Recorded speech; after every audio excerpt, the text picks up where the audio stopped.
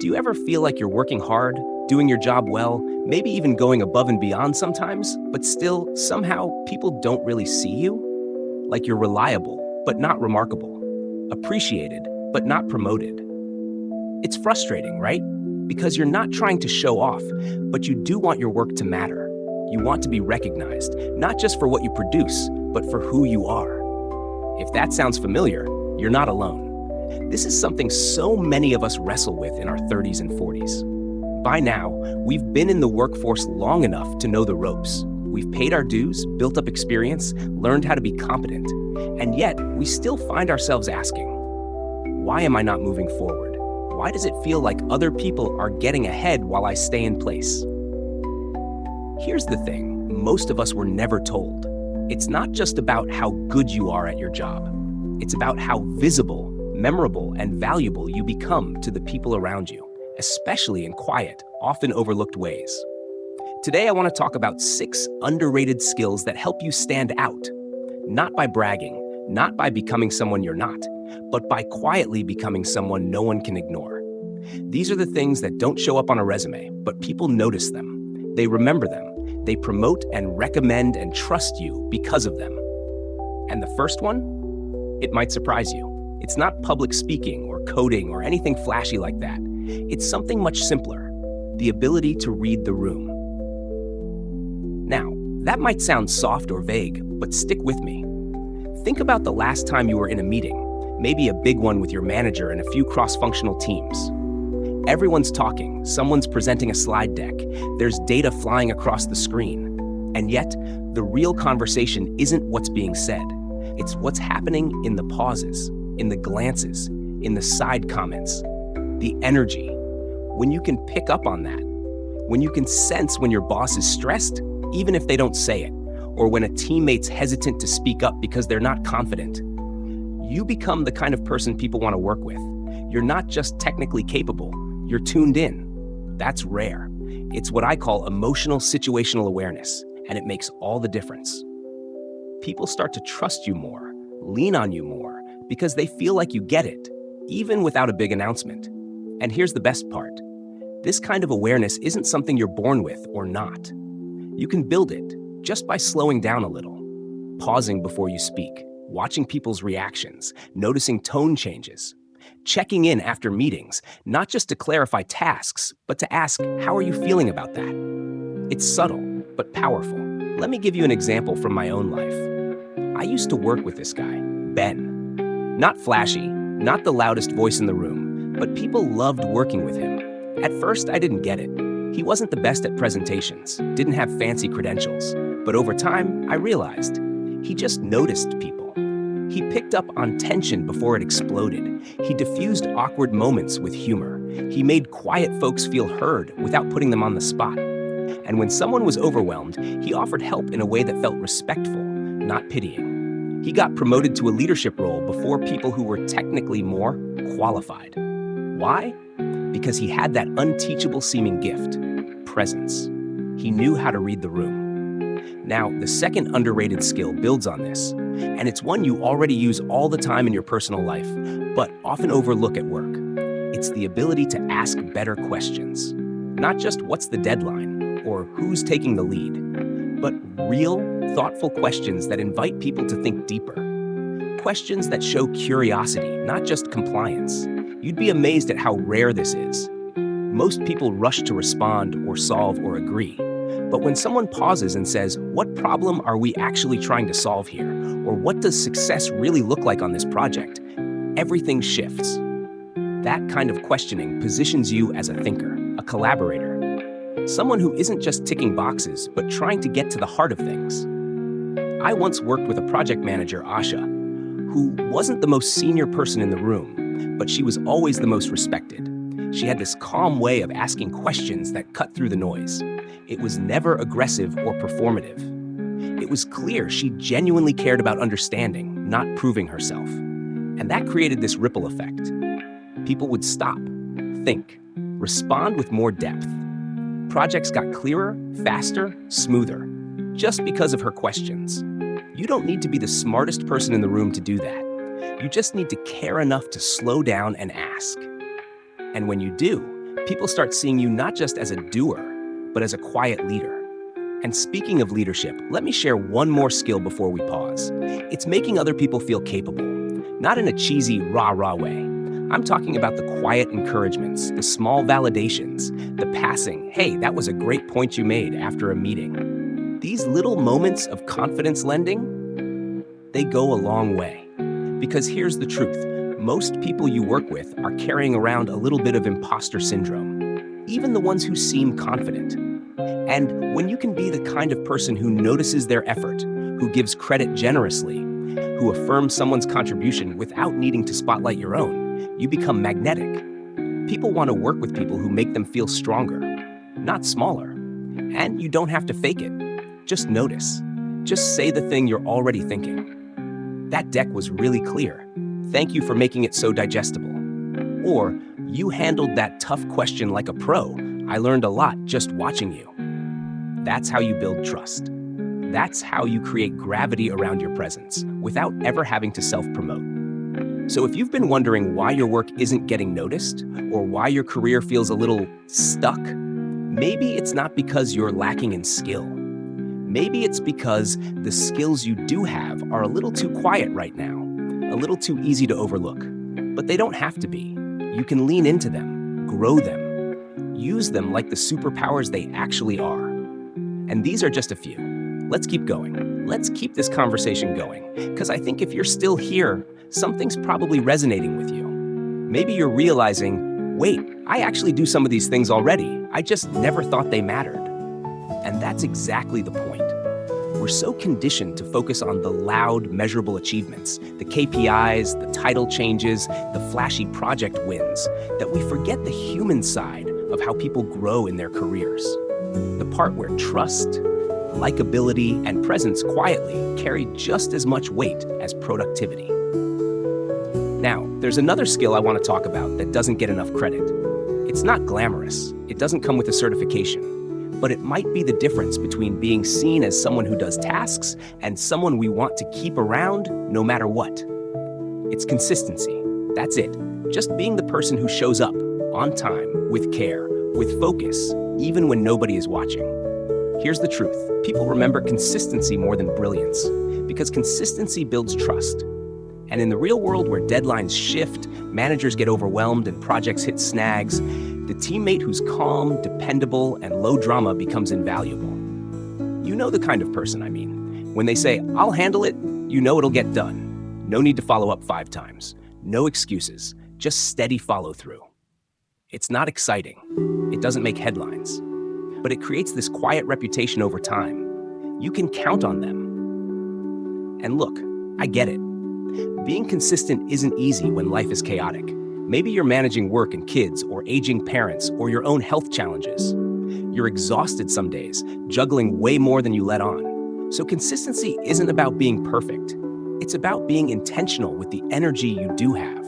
Sometimes that means over-communicating when things slip, saying, hey, I'm not at 100% today, but here's what I can get done, and here's when I'll circle back. That's still consistency. That still builds trust. One of the best people I ever worked with was a mom of 2, managing school drop-offs, late-night Slack messages, and everything in between.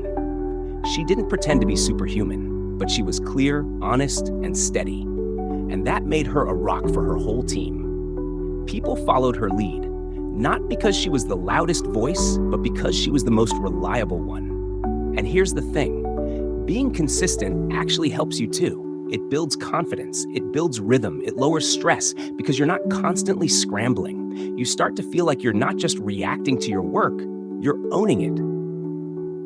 Now, this next skill is one that sneaks up on people, especially in their 30s and 40s.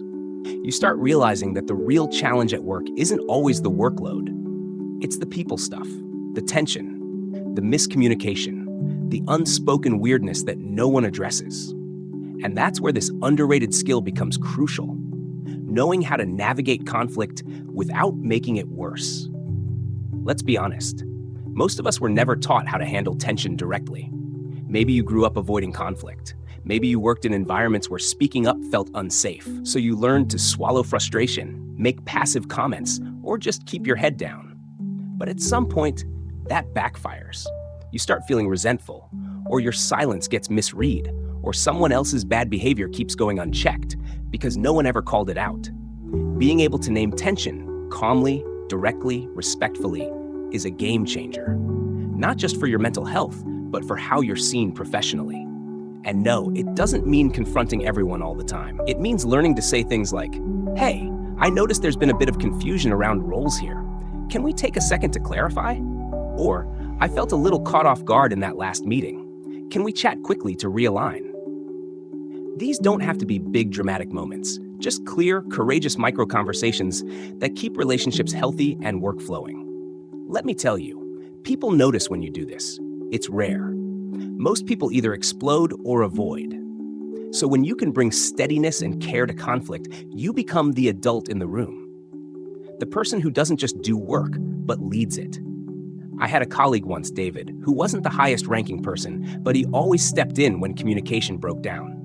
Not in a controlling way, in a curious way. He'd say, "Hey, it seems like we're missing each other on this. Want to talk it through?" And tensions would just settle. Projects moved forward. Everyone breathed easier. And eventually, David got tapped to lead a new team. Not because he had the most technical skills, but because he knew how to hold a room together. And maybe that's the whole theme here. These skills, emotional awareness, thoughtful questions, encouragement, consistency, conflict navigation, they're all about connection, making work feel more human, making yourself someone others feel safe with. That's what makes you stand out. Not the noise, not the showmanship, but the quiet, steady presence that people want in the room when things get hard. So if you've ever doubted your worth at work because you're not the loudest or the most polished or the one always chasing the spotlight, please hear me. Those things aren't the real indicators of value. What matters is who people trust when things get complicated, who brings clarity in confusion, who lifts others up without needing credit. That can be you. In fact, it probably already is you in more ways than you realize. And if you're thinking, "Yeah, but it's hard to keep showing up like that when no one seems to notice," I get that. I really do. It's exhausting to pour yourself into your work and feel like it's invisible. But here's what I've learned. Visibility doesn't always come from saying more. Sometimes it comes from standing stronger in the things that feel small, but are actually everything.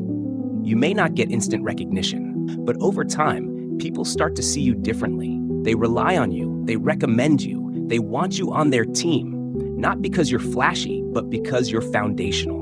And there's one final skill that ties all of this together, that really changes how you show up, not just at work, but in your whole life. Let's talk about that next. Let's take a breath together here. If you've been listening and thinking, "Okay, maybe I don't need to become someone else to stand out.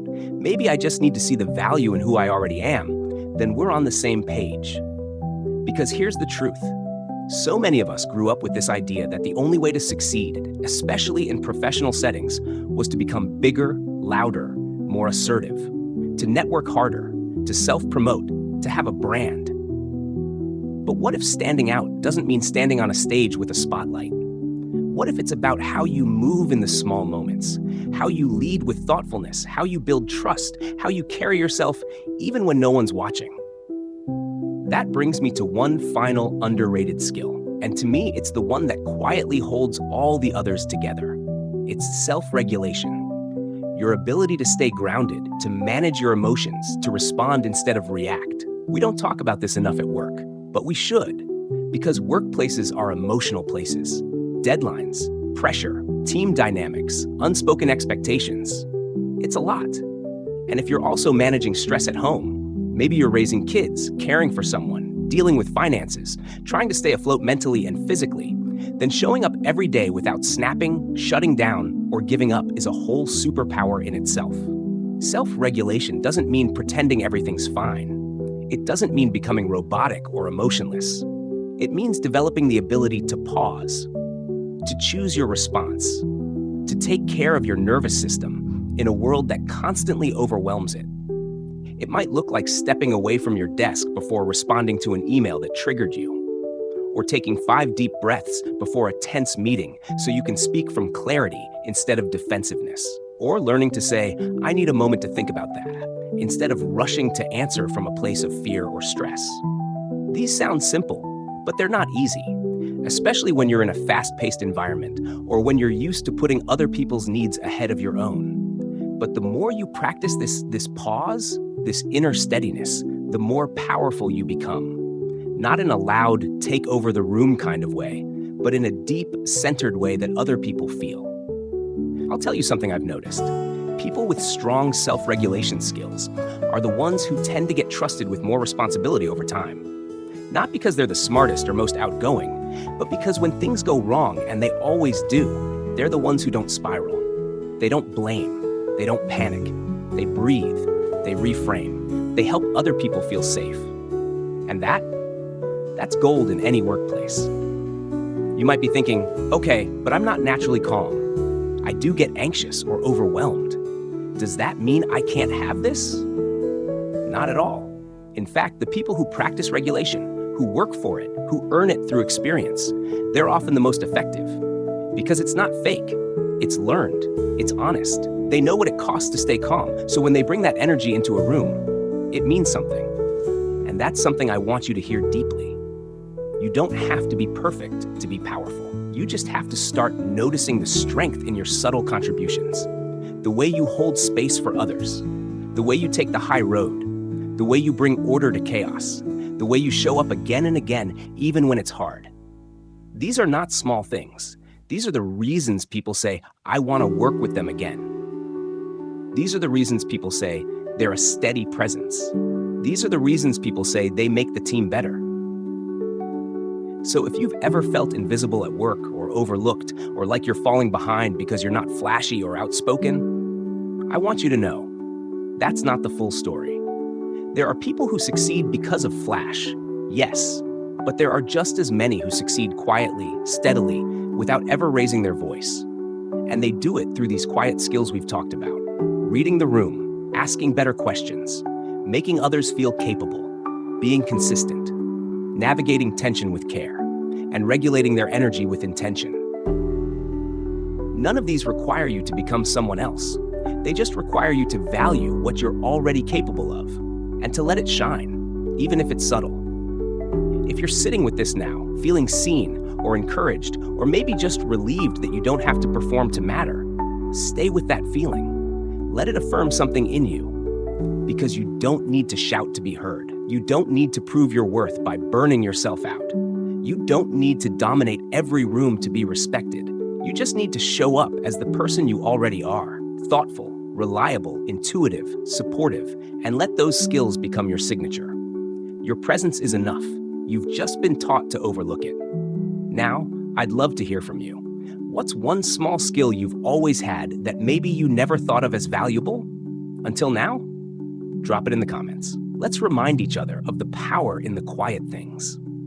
And if this helped you feel seen today, or made you reflect a little differently on how you show up at work, I'd be so grateful if you hit that like button or subscribed for more conversations like this. Not because I need the numbers, but because I truly believe more people need to hear this, especially those who've been working hard in the background, wondering if it's ever going to pay off. You're not falling behind. You're not invisible. You're just leading in a different way. And that's exactly what this world needs more of. So take that with you into your next meeting, your next email, your next challenge. You don't have to do more. You just have to see more clearly who you already are. And trust me, that's more than enough.